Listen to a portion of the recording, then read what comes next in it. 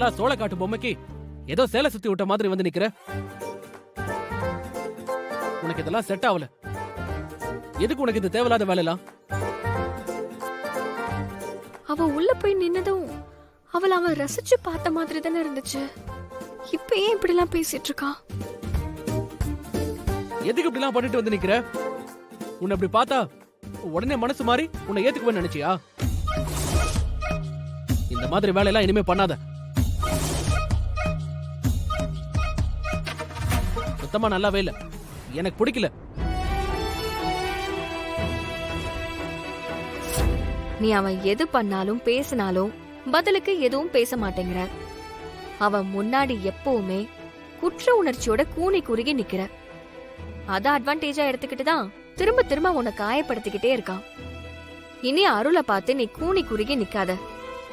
அவன் சொல்றதும் செய்யறதும் உனக்கு பிடிக்கலனா உன் மனசுல பட்டத பேசு. இங்க பாரு, இன்னொரு தடவை இந்த மாதிரி பண்ண. நிறுத்துங்க.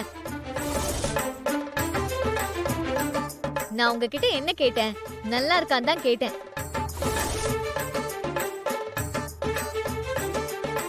உங்களுக்கு பிடிக்கலனா நல்லா இல்லன்னு சொல்லிட்டு விடுங்க. அத விட்டுட்டு என்னென்னமோ பேசிட்டு போறீங்க.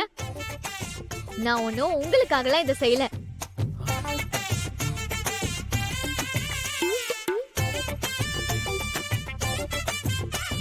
மனசுல பெரிய மன்மதன் நினைப்பாக்கும்.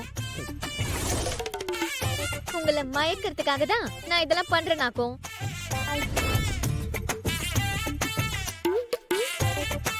அதான் நீங்க என்ன டைவர்ஸ் பண்ண போறதா சொல்லிட்டீங்கல்ல, அப்புறம் எதுக்கு நான் உங்களுக்காக இதெல்லாம் பண்ணணும்?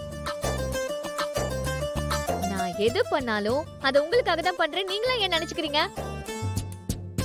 அப்படி நினைக்கிறத இன்னியோட மாத்திக்கோங்க. எப்ப பார்த்தாலும் கண்ட்ரி ஃப்ரூட் மாதிரியே பேசுறது. ஐயோ, அது கண்ட்ரி ஃப்ரூட் இல்லடி, கண்ட்ரி ஃப்ரூட்.